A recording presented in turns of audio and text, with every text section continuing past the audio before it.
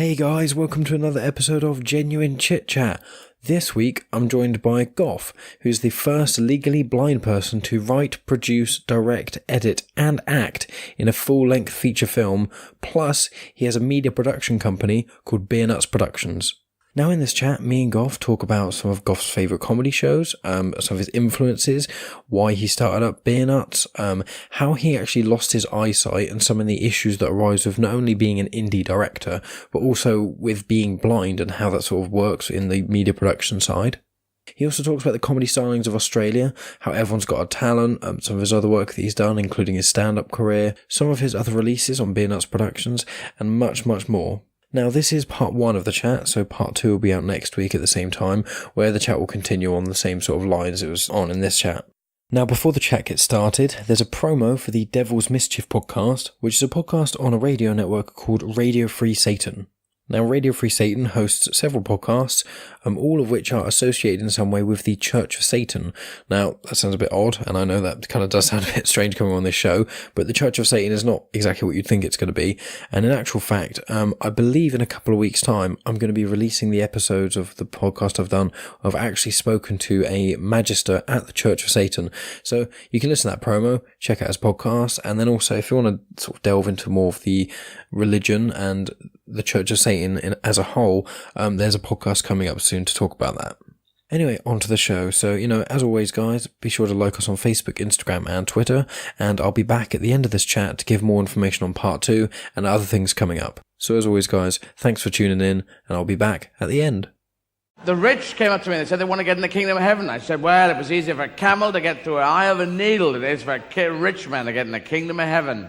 That was pretty surreal of you. Yeah, well, I'd been smoking a bit that day. But the rich, they got huge blenders and put camels into them and they made them into liquid camel, and then they squirted them with very fine jets through the eyes of needles. So they're all coming up now. My name is Reverend Bill M., and if you like religion-bashing laughter and other comedy that's not made for the masses, then check out The Devil's Mischief. Visit devilsmischief.com for more details. The Devil's Mischief, carnal comedy clips and Netherworld novelty numbers available on Radio Free Satan.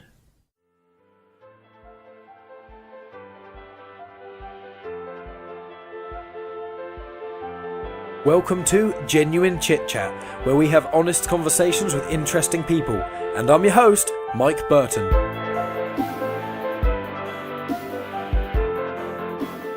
I'm genuinely interested to hear about the Book of Mormon. Did you enjoy it?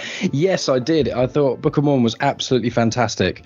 I'm a massive fan of South Park and things, and the guys who do that. I loved Team America as well, one of their other movies. Yeah. So, yeah, I thought Book of Mormon was fantastic. I mean, the music is great. The humor is just on point. It is absolutely wonderful.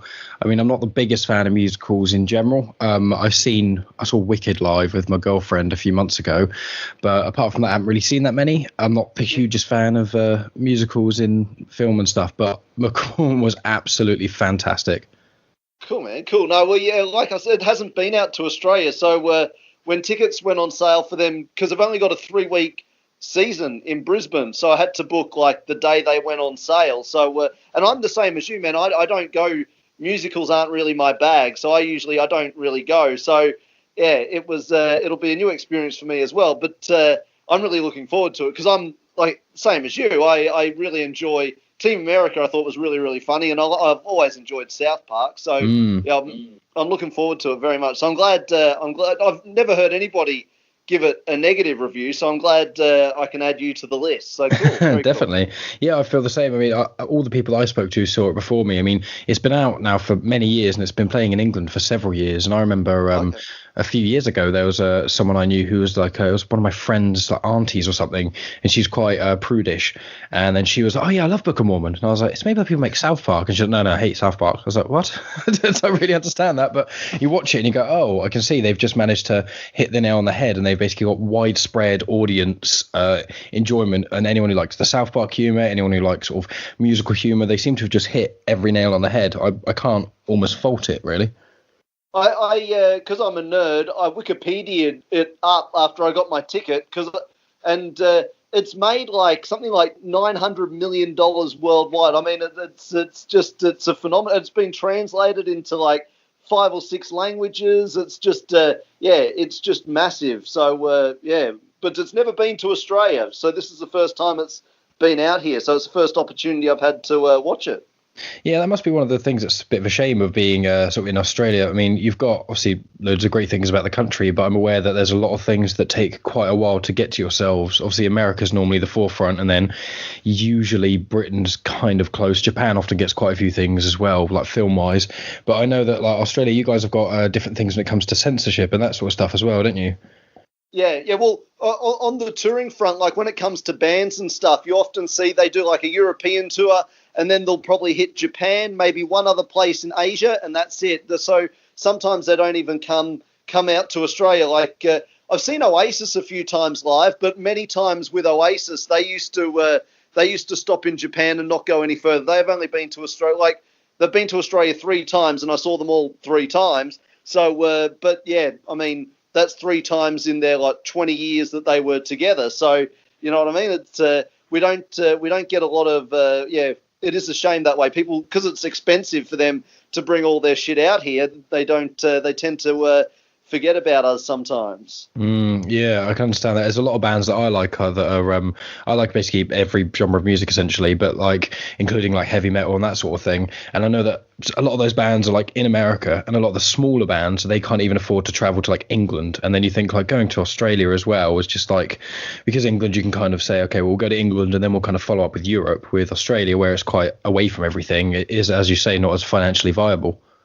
Yeah, well, I mean, just as an example, I'm not a fan, but I know that in Brisbane tonight, Phil Collins is playing Suncorp Stadium, and it's the first time he's been out here in 23 years. Oh, so, wow. I mean, he's filled Suncorp Stadium, which I didn't think he'd be able to do, but he has. So, I mean, that holds 50,000 people. So, but I mean, I suppose if you haven't been here in 23 years, you've got a lot of people like that want to see you. So, yeah, it's great. But no, I'm really excited about watching Book of Mormon. I think it'll be. I've got to wait till April, but it'll be very cool. Oh yeah, definitely. When you watch it, send me an email or something. Let me know what you think of it. It'll be really cool to hear your opinion. I'm sure you'll love it as well. Yeah, no, I'm genuinely excited because I don't usually go to musicals like you, so it'll be a new experience, and obviously it's going to be something I'm pretty sure I'm going to really enjoy. So yeah, very excited. The music is fantastic as well, which is not surprising because obviously in this Team America and in the South Park movie and in certain episodes of South Park, there's just the guys who make it are just so talented. They can just do anything. I tell you what was funny very quickly, when I called up to get the tickets, so they went on sale. So I've called up like that morning, and I've got this real grouchy woman that answered the phone. And I'm like, I need to be down the front because I can't see very well. So I need to be sort of front row center kind of thing. And she goes, good luck with that. Oh, wow. There's no need for that kind of an attitude. Let's just calm the farm. Oh, man. I'm like, well, why don't we go through the nights that it's on and we'll see what we can figure out. And she's like, oh, okay then. So we went through, and sure enough, I got like killer seats. So it's all cool. But they were pretty much sold out within the day. So I was lucky to get the tickets that I got. So yeah.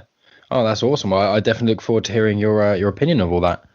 Well, cool. Well, I'll just say we'll get started now. So I am joined today by Gough. Now, well, it's speaking with you, Gough, over sort of emails and a little conversation we had before sort of recording. You are you're an inspiration, essentially. Not to put that lightly. I mean, people who haven't heard of you and don't know what you get up to and things. What do you do? What do you drop the bomb of what makes you such a special director and everything else you do? Oh, well, firstly, thank you for having me on the show, Mike. I really do appreciate it. And yes, I make movies, as you alluded to. So I run a film production company called Beernuts Productions, and we've done 16 films. Most of them are comedy-based. Most of them are short films, but also we've got a feature in there as well, a documentary and stuff. So there's a range of different films, but most are comedy based. And yeah, I'm a legally blind filmmaker, which makes me a little bit different, and makes the way I go about making my films obviously a bit different as well. So yeah, absolutely. Yeah, and so may I ask, first of all, with you being legally blind, was that a thing since birth, or did something happen to you that caused that? Yeah, so I lost my eyesight when I was a few weeks old through the whooping cough immunisation. So I'm pretty sure you're about 12 weeks old when you get the whooping cough jab. And so I had a reaction which led to a hemorrhagic stroke, which is sort of like a brain hemorrhage kind of stroke kind of situation. So obviously I was very ill, the lingering effect from it was that I lost my eyesight pretty much, or most of my eyesight. I can still see a little bit out of the left eye, but yeah, so that was how I lost my eyesight. Oh wow, that's very intense, and it's people who are hearing that might be kind of like shocked of that sort of obviously how grounded that is and how unfortunate that may be, but. Obviously, with yourself, what you've done with your life and a lot of the work that you've put out, obviously you mentioned you released a feature film documentary, but also a lot of the things from Beernuts primarily seems to be comedy based, isn't it? Is that it? I imagine that when having something like that sort of happen to you, comedy must have been one of those things that kind of really helped you get through it in a sense, helped you not focus too much time dwelling, I would suppose. Well, going back, I was only 12 weeks old, so I don't really have memory of the incident, obviously. So that's one of the frustrating things for me is when people, and I know they're just being curious, so I'm not at all offended, but when people say to me, so what can you see? Well, I've never been able to see normally, so to speak. So I actually can't answer that question because all I know is what I have always been able to see, if that makes sense. So I can't really compare it to a normal person's eyesight because I just simply don't know. So to me, my eyesight is normal. So I just, I just do what I do. And to me, that's normal, I suppose, is the best way to put it. But in regards to my love of comedy, because you are right, most of the things on the website are comedy based. I'm just, ever since I was young, I've been a real comedy nerd. So I've just always sort of British comedy when I was younger. So, I wasn't able to go out and maybe play sport and stuff like the other kids were. So I would sit at home and watch Monty Python and stuff like that when I was like 8 years old, which is probably rather inappropriate, but there wasn't a lot of supervision when I was a young fella. So I could do things like that. So, yeah, I was watching the old British comedians like Peter Cook and Dudley Moore and all that sort of stuff when I was young and all that kind of stuff. And then obviously my comedy horizons grew. And I've just always been a massive lover of all things hilarious. So, that's pretty much ever since I was a kid. Yeah, well, I'm glad you dropped Monty Python into this because I absolutely love Monty Python. I think some of their movies, Life of Brian and Holy Grail, are absolutely phenomenal, and a lot of their sketches from the shows are hilarious. But they've got like 4 seasons, and the first 2 seasons are gold, and then the further you get on, it goes a bit off the rails. But what's some of your favourite Monty Python sketches out of interest? Well, in regards to the films, Life of Brian has to be my favourite. I absolutely love Life of Brian. I think it's incredible. Just like, you take the ending. I'm not spoiling anything. Everybody's seen it. Yeah. You take the ending of a guy being on a cross singing a song of always look on the bright side of life as he's being nailed to a cross. It's pure genius, it's next level, isn't it? And then in regards to the sketches, the sillier the sketches, the more I tend to like them. So things like, the 100 meters for people with no sense of direction. So, you know full well that when he fires the gun, they're all going to scatter. That's going to happen. But for some reason, that's what makes great comedy great. For some reason, you still laugh. And like the marathon for people with incontinence, they keep ducking behind trees and whatnot. And it's so clever. But I actually saw Eric Idle was actually in Australia doing a speaking tour recently. And he said something which I never thought about, but he's absolutely correct. And he says the reason why Monty Python sketches don't date like other sketches do is because it's nonsense. And nonsense is nonsense, whether it was done 100 years ago or yesterday. Nonsense will always be nonsense. It's not political satire. It doesn't date like satire does. It doesn't date like other television programs or movies you might watch because it's just silly, and silly is silly no matter where you are and what time it is. And I think he's absolutely spot on, and I've never thought of it like that. But I think that's why you see fans of Monty Python today just as strong as they were like back in the 70s before you and I were even thought of, So yeah, that's a very good point. I hadn't thought about that either, but he is right. Like I've on the odd occasion, gone back and watched a couple of the older ones, and obviously the audio quality and the video quality, if one is to be a stickler about it, isn't as obviously great as it is today. But that's really the only point of contesting of it. Like the rest of it is still on point. The humor is just fantastic, and if we get on to what... Go ahead, sorry. You raise another really, really good point, because Simon, who's my right-hand man when we're making the films, I say to him, because obviously my budgets, I don't have $1 million budgets to make my films, and I say to Simon, look, the audience can forgive a lot of things. So, and the same goes with what you were saying with Python. They can forgive the fact that maybe the lighting isn't spot on, or maybe, the sound isn't absolutely, it's 99% there, but it's not 100. The audience can forgive a lot of things. The shot might not be framed perfectly, but there's certain things that an audience just can never forgive, and that's things like a bad script, a bad acting, bad directing. Those key things an audience just can't forgive, and casting, bad casting is something they can't forgive. So when I'm making my films, it's really important to me to focus on the things that ultra important, and then obviously the other little bits and things, because we don't have the same kind of budgets that Hollywood, big budget films have.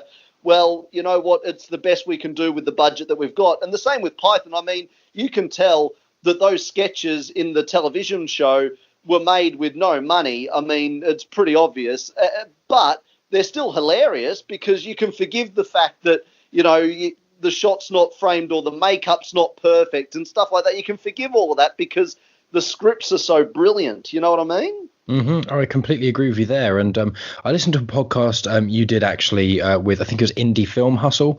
So I listened to that to get a little bit more background information from yourself, as well as, looking up on Beernuts and things. And one thing that I kind of got from your conversation with him, obviously we'll touch on a few of the subjects that were spoken about there as well, because there was a lot of things that were very interesting there. One thing that I kind of thought of was obviously, where you are limited in this way of you don't have such a budget. Like if you wanted to do, I know that one of your promos, you've got the explosion in it, and I watched that, and that was really great. And you don't have enough money to do like 100 explosions. You've got enough for this one, and you really have to hit the nail on the head in a sense. And I feel like with sort of limitation, it kind of breeds innovation in a way. When you've got this big idea in your head, and I know you said that you kind of plan things out, and then when you get down to actually thinking, okay, how are we practically going to do this? Maybe I need to change this, maybe a slight change in this location, these sorts of things. I'm aware that you can kind of, with that in mind, you can make your own way, and sometimes that can make things funnier or even better if you have to kind of work your way around it rather than getting every single thing exactly how you want it from the get-go. So I want to talk to you, asking you sort of about that and the sort of creative process. Absolutely. You're 100% right, because, I mean, I did a film, The Environment, The Environment, The Real Truth, which is a mockumentary about the environment that I did. And there's a scientist in it. So originally I had that scene set in a science lab. Now, I wasn't able to get a science lab. I contacted all the universities and stuff, and they just would not let me film because they're jerks. So I'm like, well, where am I going to film this scene? Because I need something that's kind of sciencey. So I thought, well, I know, a brewery. So I contacted a local brewery that was actually people who are fans of surfing would know Mick Fanning and Joel Parkinson, two of Australia's number one surfers, professional surfers, and they had some spare coin. And so they thought, what are we going to do? I know, we'll start a brewing company. So they did, and it's not far from where I live. And so I contacted the brewing company and I said, could we film there? And they were the most obliging people you've ever met. They were super cool. And so they're like, yeah, no worries. So if you shoot a brewery at certain angles, it looks like a science lab. And then because of that, I could add an extra joke about at the end that we're in a brewery, which, I mean, so the scientist turns out to be a raging alcoholic, which was never part of the actual script, but it made it funnier. So the fact that we weren't able to, so in a way, I'm pleased that the universities and so forth were jerks, because it made it funnier, because I shot in a brewery and we were able to add an extra couple of gags at the end of that particular scene that weren't there in the original script. So, yeah. And in regards to the explosion video that you said, so again, same sort of thing. So I contacted a few special, because that's a real explosion. A lot of people think that's a special effect. That's an absolutely 100% real explosion. So I contacted a bunch of special effects guys, and it's actually a fireworks company that does the big fireworks displays all around Queensland where I live. And they've got the massive piece of land out in the sticks, because obviously, again, I needed somebody who owned lots of land because of workplace health and safety and all of those sorts of things. We just can't do an explosion in the suburbs. So I had to find the right people to do that. And then I just went to my local camping supply warehouse and said to them, I need to buy a couple of tents. And he's like, oh, we've got these great ones over here. They're fully insulated for $100. I said, buddy, I'm from Beernuts Productions. We're going to blow them up in a film we're doing. And he's like, I've got some $30 tents over here. I said, sold. So I got 2 tents. So we had 2 chances to get it right. And yeah, so the first one we did, the charge of the explosion, we decided wasn't big enough. So the second take is the one that people see. So yeah, it's just about, we just go out and buy a couple of cheap tents, and you film it the way you need to film it, and spend the money on what you need to actually, what's important to spend it on. And yeah, like you say, just be clever and creative in what you do with the budget that you've got. And it's almost like exercising in a way, like exercising your mind. It is that sort of way of trying to figure out and problem solve with sort of budgeting and things. So it must be very helpful in other facets as well, being able to sort of have that sort of malleability, being able to not be so married to your ideas, being like, this has to be exactly this 100%. It's, as you say with the brewery thing, it kind of allows you to be a bit more creative and changing things. Yeah, well, you've got no choice. So when you don't have a budget of $100 million, you have no choice but to. So I've got scripts written. So when it's time for me to make my next film, I look at the scripts that I've got and I go through them all, and I think to myself, okay, what's doable? Okay, those 2 scripts are doable. What changes would I need to make, if any? And so I go through it, and I'm like, okay, well, there's no way I could do that particular stunt because it's just going to be way too expensive.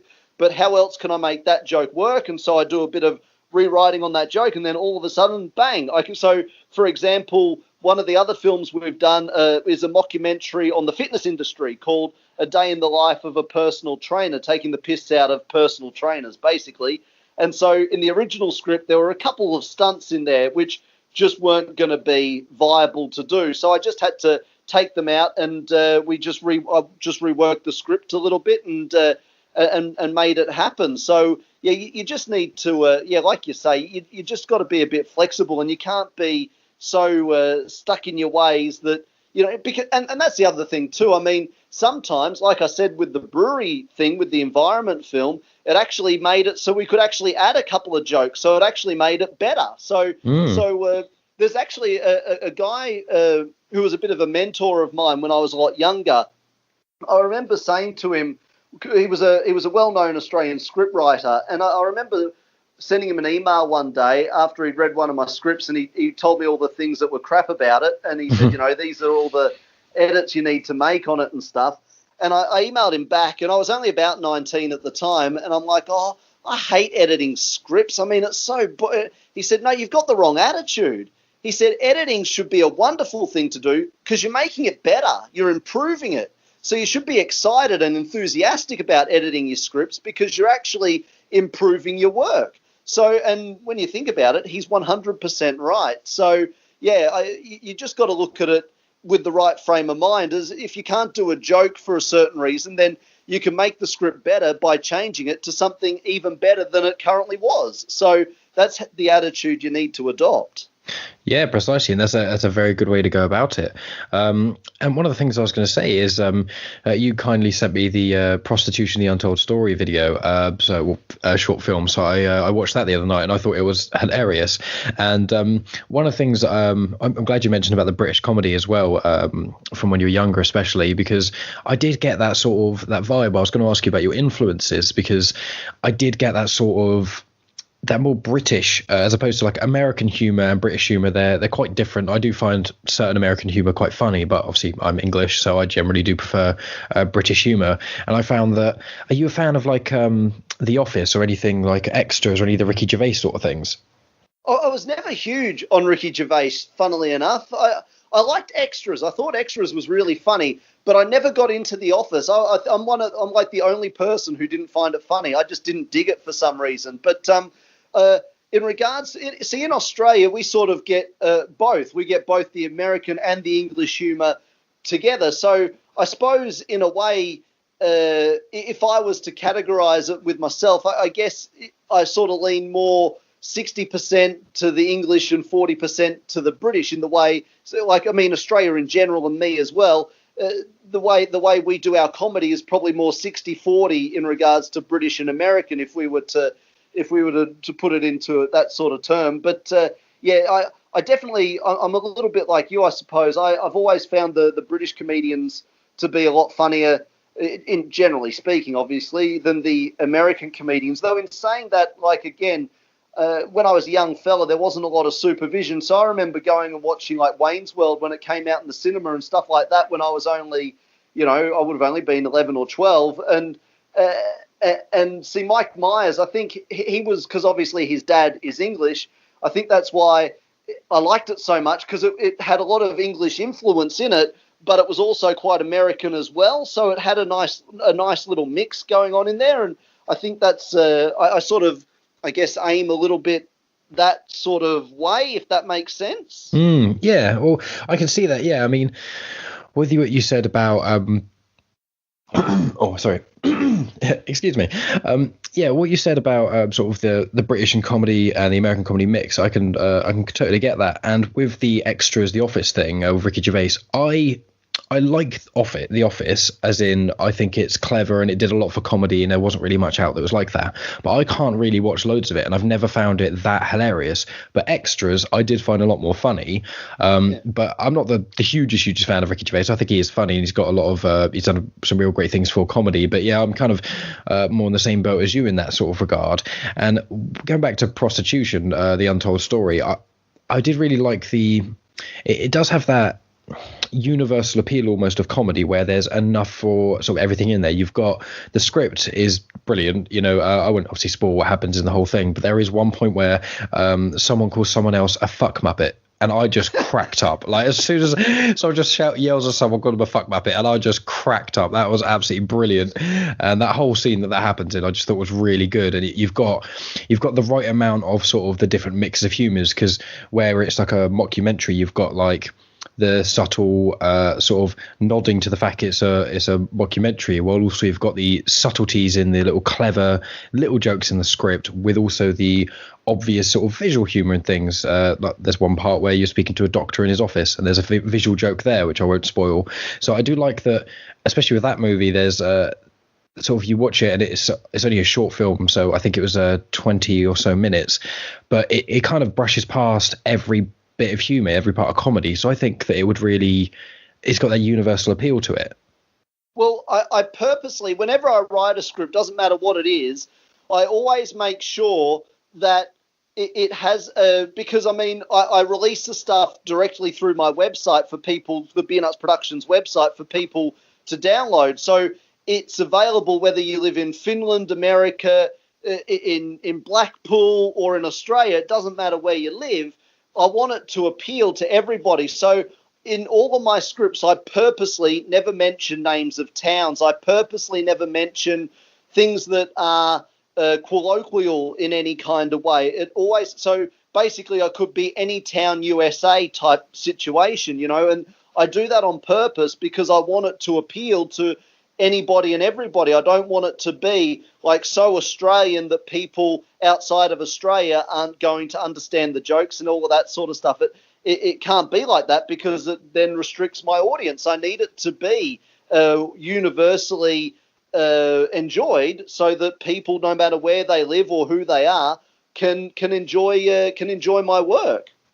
Yeah, well, that's a real great way of looking at it. I hadn't even considered that, but I suppose that is a part of it. Obviously, America kind of runs the sort of the media in a lot of ways when it comes to releasing things, and obviously, so everyone kind of knows about America. Everyone knows about American politics and Donald Trump and things, and then you kind of zoom out a bit, and then like Britain and Brexit and that sort of thing is kind of known, but not as much. And then when you go to like Australia's political system, I don't really know much about it at all.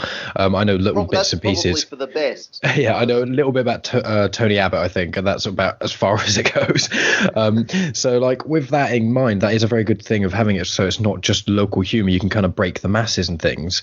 We'll see in the prostitute. So when I've done a few mockumentaries, and I always make sure I pick subjects that, again, are universal and also that are universally sensitive. So I've done, or not so much sensitive, but people have strong opinions on. So, I mean, I've done the war on drugs, which is something that people, no matter where they live, probably have an opinion on one way or the other. I've done prostitution, is obviously the latest film that we did. And so, prostitution's quite a controversial subject. I've done, like, the environment, which people get really heated up about. So it's important that when I do a mockumentary, again, it's got to be a subject that no matter where you live or who you are, you've got knowledge of this particular subject. It can't be something that people go, I don't know what that is, I don't know what that means, because then all of a sudden it restricts my audience. And like I say, I release the stuff online for people to download, so my audience is the world, so the world needs to be able to understand it,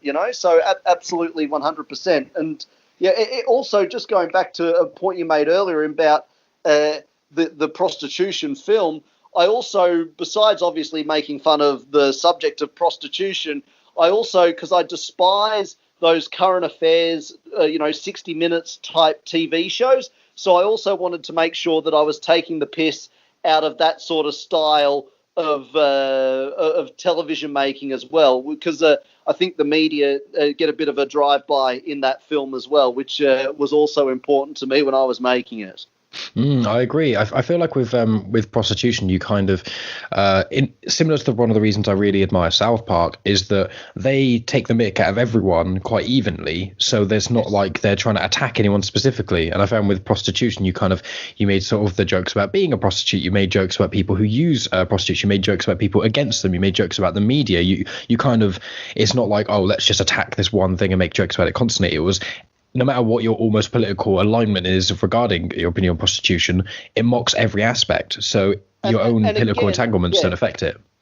And again, that's really important to me. So I'm a firm believer in whatever, when I'm making a mockumentary, it doesn't matter whether you're left or right wing, it doesn't matter what you believe. It's important to me that I make fun of everything equally. Everyone's got to get their fair whack, because I'm not here to lecture people. I'm here to entertain people. So it's important that I give everybody an equal serve. I can't just make fun of one person or one side of the argument. I've got to make fun of everybody equally. And I'm glad you said that, because that's something that I'm really focused on when I write my scripts, is that everybody cops their fair whack. And so, yeah, in every script I do of this nature, that's 100% forth in my mind.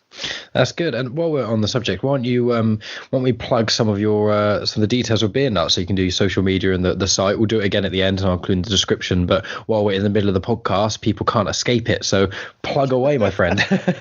Well, absolutely. So if people do want to check out Prostitution, The Untold Story, or any of our other films, we've also got audio downloads up there as well. So we've got 8 audio downloads that there's sort of comedy sketches that go for about 20 minutes.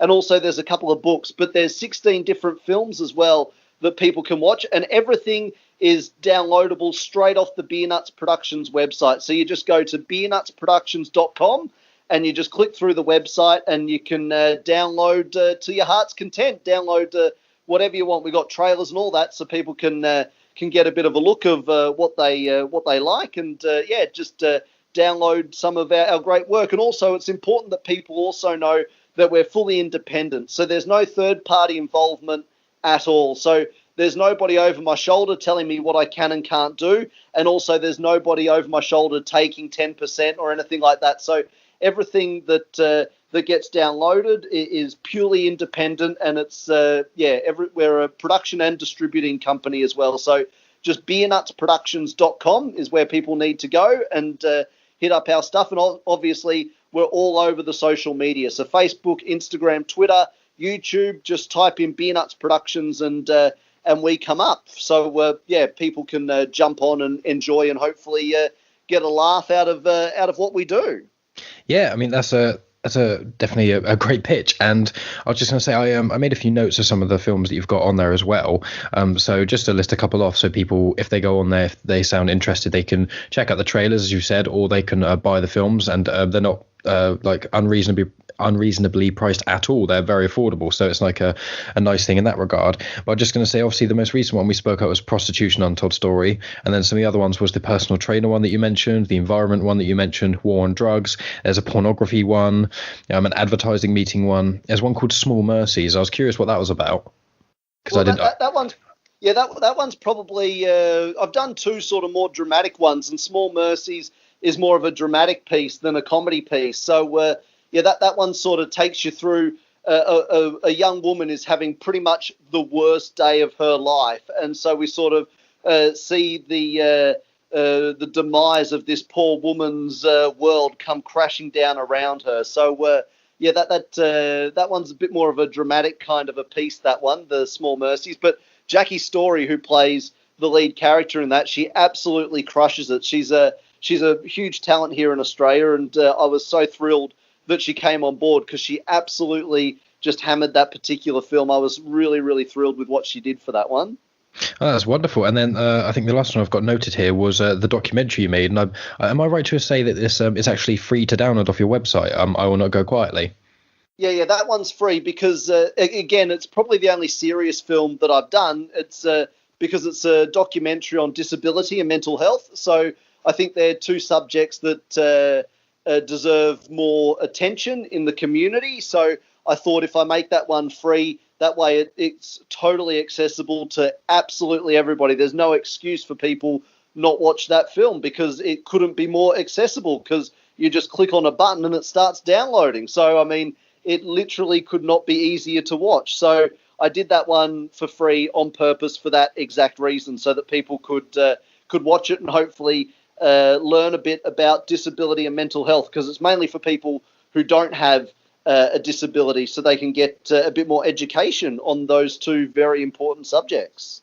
Yeah, well, that sounds like that's a great plug for all of that sort of thing, because it shows that you've got your comedy and you've got that for entertainment and things, but for the more sort of educational and for people who want to kind of learn more about these things, you're not putting any restrictions on that, which is a really good, not only a business model for Beernuts and sort of your company as well, but it's also very good morally and ethically to do.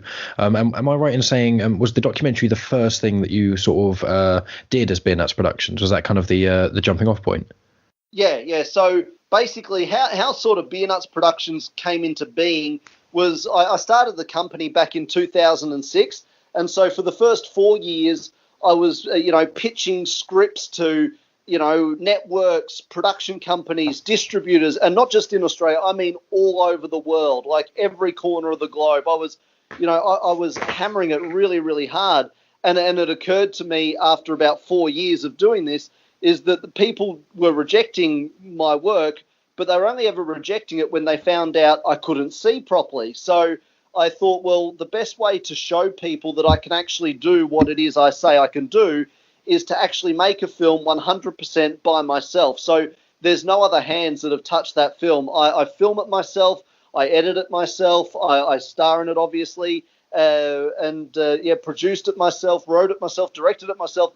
It's all me. So, and hopefully it's a 90-minute documentary. So, and it did get cinema play out here in Australia. So hopefully that shows people that, I can actually do what it is I said I can do. And then I put that on the website and it got a great reaction. And so I thought, well, you know what?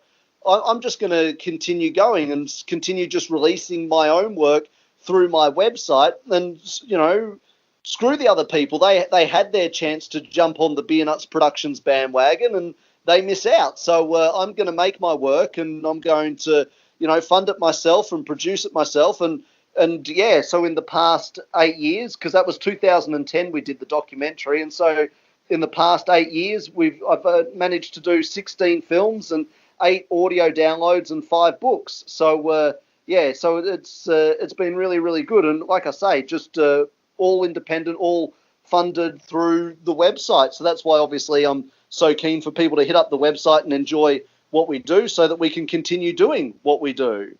Yeah, and it's great to hear how sort of motivated you are, and it's some of the best directors and some of the best just individuals who add to media in any sort of facet. One thing to notice with them is their drive, and they've always had that thing of like when they were younger, someone told them they couldn't do it, or there was some sort of financial constraints or anything like this, but they were just like, no, I know that this is what I want to do, and regardless of what anyone else thinks or anyone else says, I'm going to do this and I'm going to push through it.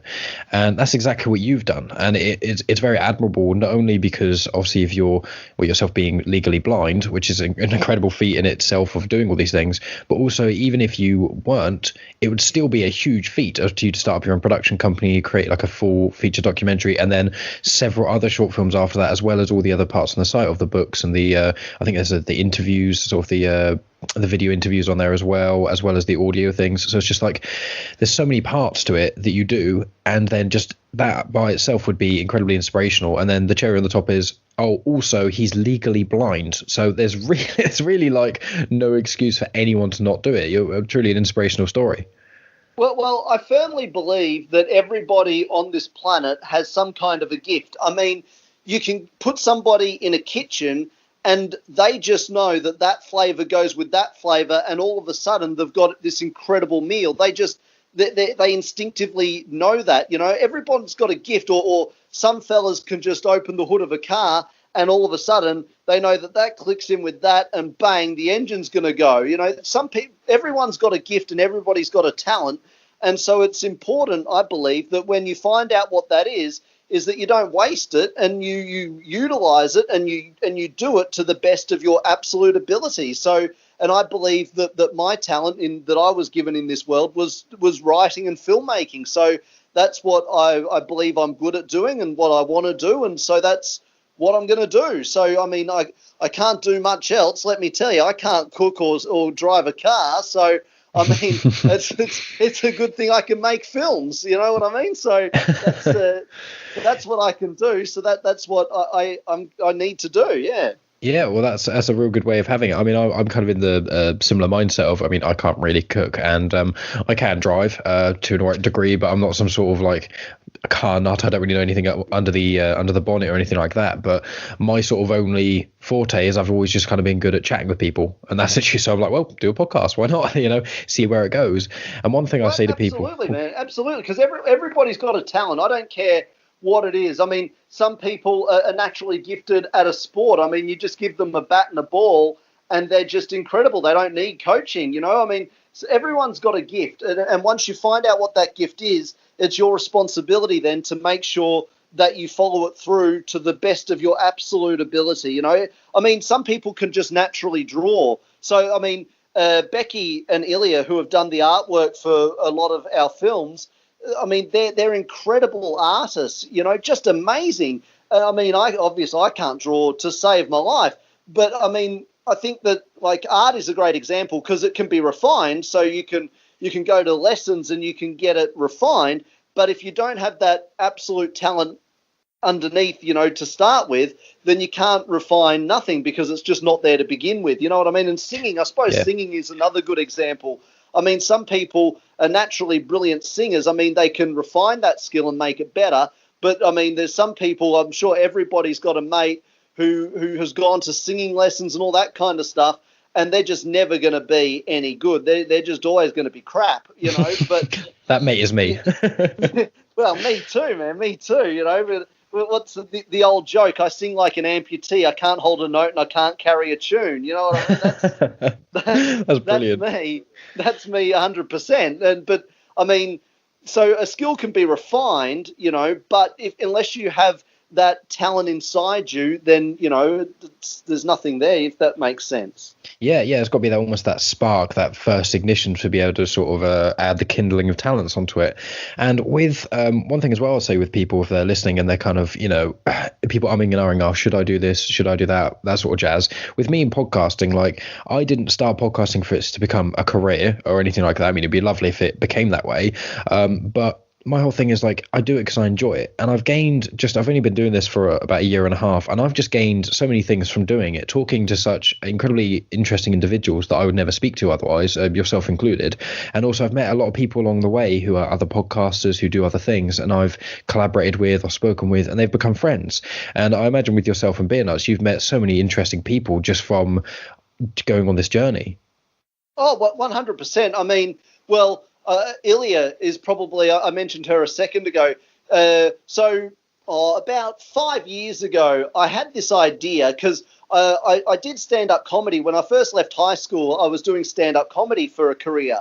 So I used to do this bit where I'd written a children's book, but it was like completely inappropriate. So it's called Jimmy Green and His Adventures in the Magic Forest. And so basically, like, Jimmy Green, he's hunting down the massive pot plantation, right? So, but we make it sound all innocent, even though obviously we're meaning marijuana. And then, he's on the magic mushrooms because he finds some mushrooms, and then he sees the Wicked Witch, who's a dominatrix, and then he sees Tinkles, the fairy, who gives him a shower, and all this sort of like, it's just then he meets Bruce and Julian, the friendly wizards. It's completely inappropriate for children, obviously. And so I used to do that as part of my stand-up act.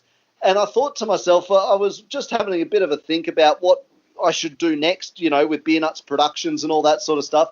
And I thought, well, why don't I turn the Jimmy Green story into a picture book and do, like, really hilarious, inappropriate pictures to go along with the words that I've written. So I contacted a whole bunch of artists, and just none of them wanted anything to do with it. They're like, oh, no, I can't do this. Oh, no, terribly off. This is, I've got a reputation to uphold and all this sort of bullshit. And so finally I came across Ilya, and Ilya's the bomb and the coolest person ever. And so she read it. She thought it was really funny. And so I sat down with her and I told her exactly what I wanted for each picture. And she's going, yeah, I can do that. Yeah, no worries at all. Yeah, no, that's fine. And so we did this picture book together, and it's all available on the website. People can download it from the website. And it's one of the most favourite things I've ever done. And you're quite right. I mean, I would never have met Ilya in a million years if I hadn't have gone through all those different artists to get to her. And she hadn't have done this. Like, she's just a talent beyond, Ilya. She's just the most amazing woman. And the illustrations that she did for this picture book are just so hilariously inappropriate. It's just next level. It's just so great. It's better. You know how when you've got an image in your mind and then she drew something and I'm like, oh my God, that's better than I even thought, like, so yeah, she absolutely crushed it. But I would never have met Ilya if I hadn't have started up Beernuts Productions and I hadn't have done all of this stuff that I've been doing. So yeah, absolutely. Yeah. I mean, it's wonderful to meet other creative people like that. It's a wonderful thing. I was going to say, I mean, I saw the note on your site, and then I think I watched the trailer on your YouTube channel, and it shows the trailer for the book, and it shows some of the pictures she drew, and it is absolutely fantastic. So I definitely implore anyone to go and check that out, because some of them they are hilarious as well as being incredibly well done. And it must have been quite obviously with yourself being legally blind, it must be potentially in your mind you were thinking, oh, if I'm trying to explain this to someone, it might be more difficult to kind of get exactly what I want. But then, as you can see by her drawings, they just nailed it on the head. You could see clearly that they are just all fantastic, very talented individual.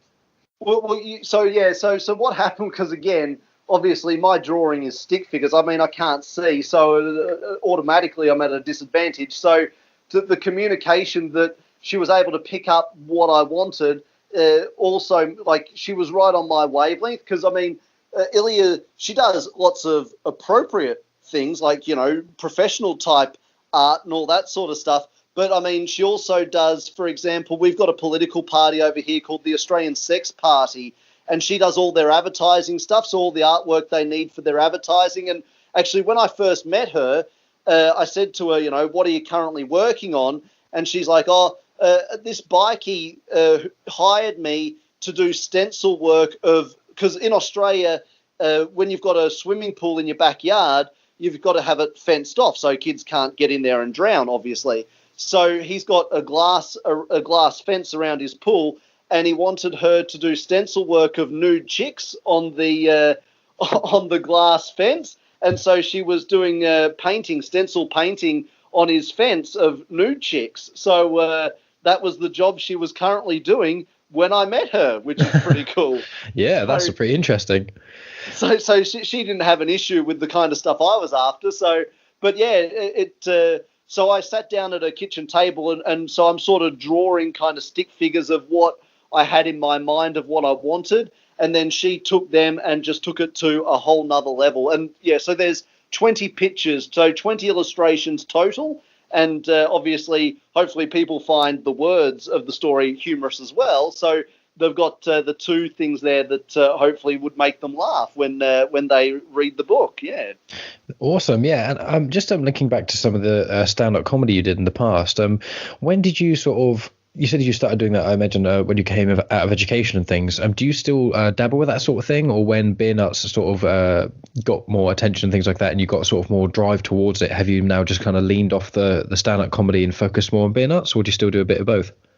No. I haven't done a stand-up comedy routine actually since the film, pretty much, since 2010. So a long time now. And I don't think I'd be able to do it again, not because I don't want to or I don't enjoy it. I mean, it was fabulous getting up on stage and making people laugh and hear that.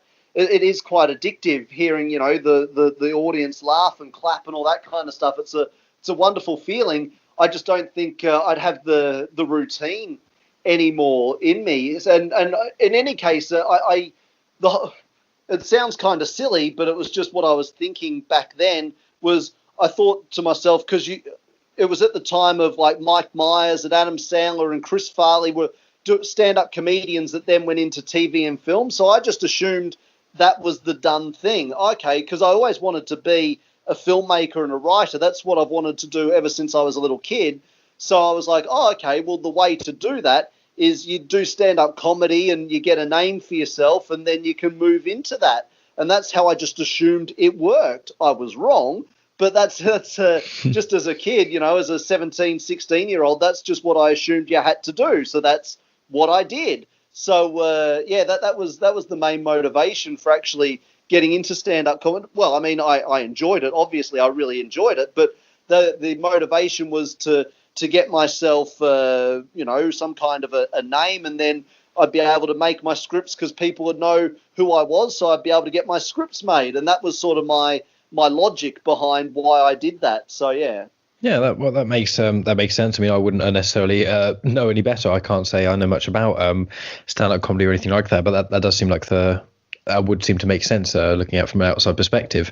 I wanted to ask as well, in the other podcast I listened to you, I think you mentioned something about radio, and it links in with the sort of, you mentioned with your the documentary, you edited it and things. How the big question on a lot of people's minds would be is if you're legally blind, I know you do have some sight, how did the editing process go, and what sort of experience did you have in editing before making the documentary? Yeah, so when I first left high school, I was doing stand-up comedy at night, and my day job was working at a radio station as their audio producer, making their commercials and promos. So it was, I didn't know it at the time, but it was great experience in regards to directing talent, because the voiceover guy comes in. I got to tell him, here is the commercial, here's how the salesman comes into me with the script and says, this is what I want. So then I have to tell the voiceover guy, this is how it needs to be read. So he's got to do it, and I've got to say, yep, that sounded great or whatever, and then I've got to edit it all up together. So I was doing editing and sort of directing, when I was 18, doing the radio commercials and promos and all that sort of stuff. So I'd had that experience. So when it came to doing the documentary editing, the good thing about a documentary, or the way at least most documentaries, is that it's predominantly talking heads. So there's no real action sequences or anything of that nature. So all I do is just pretend like it's a 90-minute radio commercial. So I just get the clips that I want, and it's just like putting a jigsaw puzzle together. I just put the clips in the order that I want them. So it really wasn't that difficult to edit. So what I would do is, with that particular film, there's interviews with 24 different experts in a range of fields. So I'd go out one day, I'd interview them, come home, put the footage on the computer, and then I would go through the interview and I would rip out the answers to the questions that I liked. So let's say, for example, out of a half an hour interview, I'd rip out maybe 4 minutes, 5 minutes of quotes that I liked. So I'd put them to one side, and then when I had all the interviews done, I just went through and I put that quote there and that quote there and that quote there and that quote there, and that's pretty much how I edited it. So it was just all done by audio. That's excuse me. That's absolutely amazing, and it's quite funny with the way kind of life goes sometimes, where doing stand-up comedy and audio editing, both of those things, and sort of the directing side of the sort of audio commercials, as you mentioned, is like those both things culminate together to assist with you making Beernuts. Obviously, you're writing your own material as the stand-up, you're performing in front of people, you have to kind of understand what does and doesn't land as a joke. So you have to understand the comedy side of things, while also you had the directorial experience and obviously the editing experience from one thing to another. And so it's quite incredible that those two things early on set you up for Beernuts before Beernuts was even a thought. Absolutely, yeah, no, and you're 100% correct.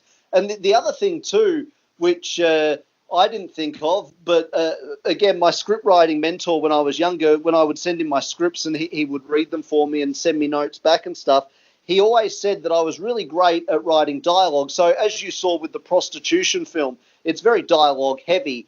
And so he really enjoyed my dialogue. And I think the reason why I write dialogue heavy scripts is because I've had a lifetime of listening to people. I can't see things like body language and facial expressions and all that kind of stuff.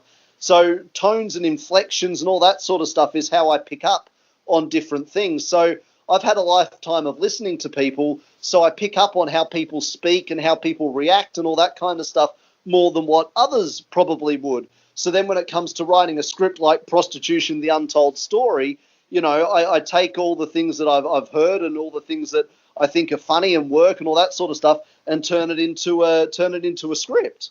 And when it comes to sort of choosing the actors and that sort of thing with it, how does the sort of process go? I assume, as you're the director, you're the individual who kind of chooses these people. How does that go about? Yeah, so I'm actually the talent agents here where I live kind of hate me because I'm like ultra fussy. See, I don't understand why more writer-directors don't cast their own films, because when you write a script, you've got that, well, I do at least, I've got the image in my head and the voice in my head of how that character looks, sounds, acts, feels, all that stuff. I can see them and hear them when I'm writing a script.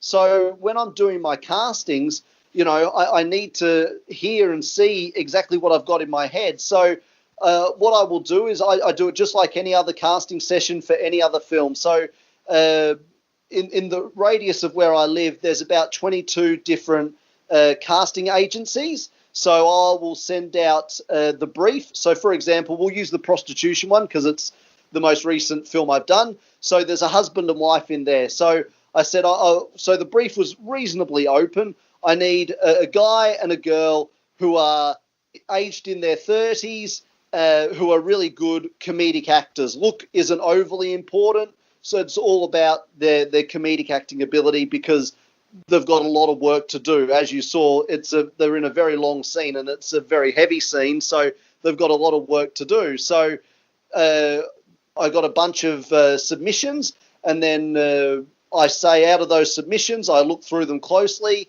and I look at their show reels, the actors' show reels, and read through their resume. I always do a Google search on them as well to see what sort of people they might be like, because I've got to, because we don't have a huge budget, I can't be hiring some kind of prima donna who's going to be a pain in the ass to work with. I've got to be careful about that kind of stuff. So we've only got a limited amount of time, so I need to make sure that the person's going to be really good to work with. So let's say, for example, they email me 10 submissions. I'll probably say I want to see 2 out of the 10. And so they'll audition just like any actor would for any role. They'll audition for me.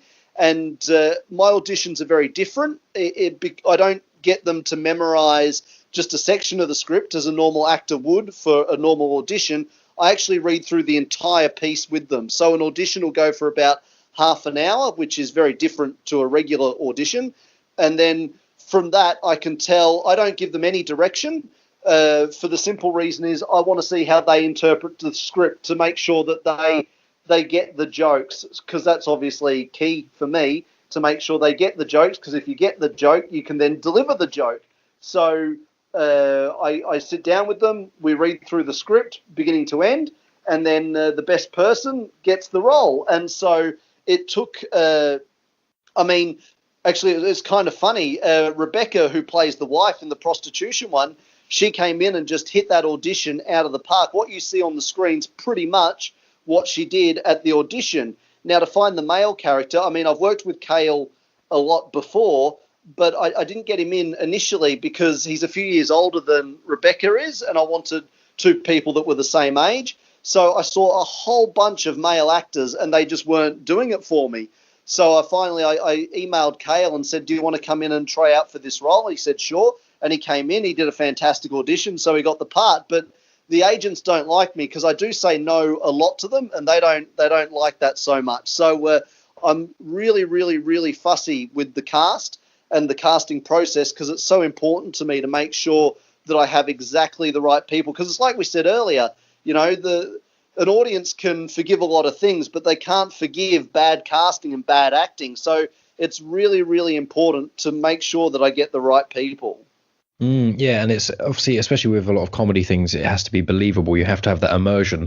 And if the actors and the script are gold, then everything else does fall quite far behind second. If you're watching, especially the style of prostitution, it's the mockumentary style. So it's understanding that the cameras aren't going to be like this sort of ridiculously perfect Hollywood shot. It's going to be, the cameras may not be absolutely spot on perfect, but that works in the favor of the comedy and the sort of the immersion of what you're watching. So as you say, with the actors and the script, it has to be top notch. And I think that with prostitution especially, you really hit that nail on the head. With your production team and things, do you have, I know you mentioned, I think it was Simon, one of the people who works with you, do you have like a sort of production team that you use, or do you interchange them? I wonder what that's about. And that's the end of part 1. Thanks as always for tuning in, guys. Part 2 of my chat with Gough will be released next week. We continue talking about his journey as a filmmaker and some of the challenges involved. We also talk about the crew that he has and how he needs a crew to sort of understand his vision, as well as the amazing New Zealand director Taika Waititi. And we talk about the importance of exercise, why comedy is Gough's favourite genre, and many other things. So if you enjoyed part 1 of this chat, I'm sure you'll find part 2 as equally fruitful. As I said in the intro, in a couple of weeks' time, so I think at the week after this part 2 of Gough has been released, I'm going to be releasing one of my chats with the Church of Satan Magister.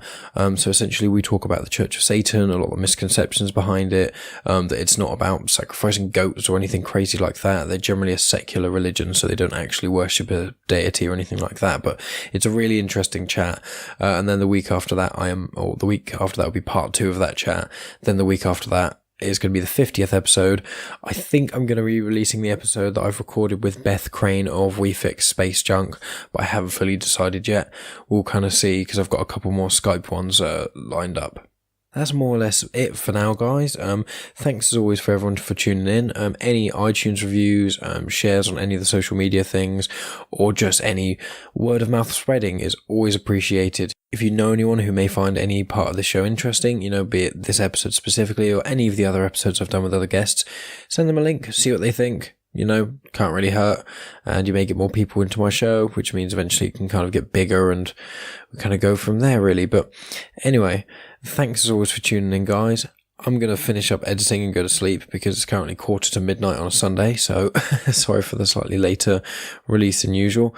I suppose it's only by like an hour or so, so it's not the end of the world, I guess, but I'm going to head off now because otherwise I'm going to just ramble and rant for this entire outro and it's going to be far longer than it needs to be. So, thanks as always for tuning in, guys. I appreciate each and every one of you, and I'll talk to you all next week.